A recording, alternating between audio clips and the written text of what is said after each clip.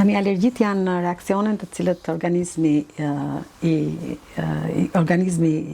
transmeton, i jep, i shfaq, kur është në kontakt me një substancë të ambientit të jashtëm, të mjedisit të jashtëm.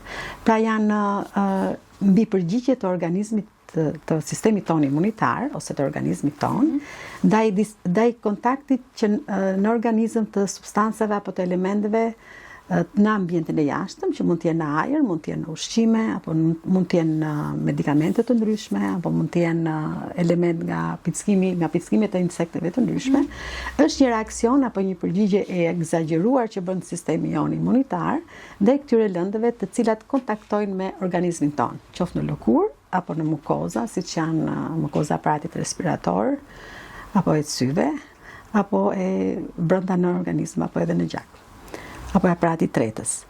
Është një reakcion i egzageruar, do ta themi, pasi shkaktari i cili shkakton alergjin, lënda që shkakton alergjin, nuk është agresor apo smundje shkaktues, siç janë bakteret, siç janë viruset, siç janë elemente të tjerë që na shkaktojnë problematika apo smundje të ndryshme si pasojë e agresivitetit të tyre. Pra është një substancë krejtësisht natyrale, sikurse ushqimet të ndryshme që ne i kemi jetike dhe i përdorim për ditë.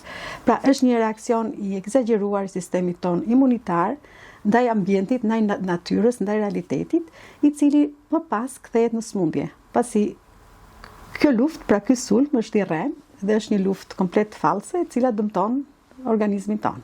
Pra vetë organizmi tonë bëhet shkaktar i këtyre problematikave dhe dëmton jetën tonë të përditshme, pasi ky shkaktar nuk mund të eliminohet, nuk mund të zhduket, është shkaktar natyral, siç është ajri, siç janë çdo gjë që ne bijem në kontakt me natyrën apo me gjithçka, që janë edhe jetike, janë dhe substanca apo elementi jetësor, jetik, të cilët na ndihmojnë për të zhvilluar një jetë normale, po jo për të na dëmtuar, jo për të na dobësuar. Si ta kuptojmë ne që po përjetojmë alergjia? Ka disa simptoma që shfaqen, kryesisht janë përgjithshme? Po.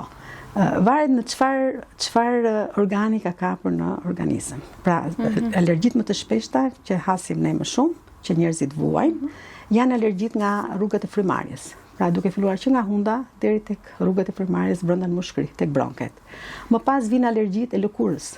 Pra, dy organet kryesore të cilët ekspozohen me ambientin e jashtëm, më kryesoret, janë aparati i frymarrjes, që është me sipërfaqe më të madhe se sa lëkura, pastaj lëkura.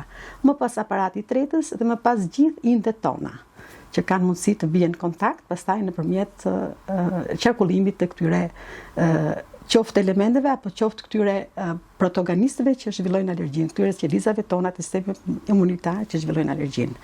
Pra, alergjitë më të shpeshta janë rrugët e frymarrjes, aparati i lëkurës dhe aparati i tretës dhe PV-n të gjithë organizmi jonë. Janë disa persona, jo të gjithë personat mund të bëjnë alergji.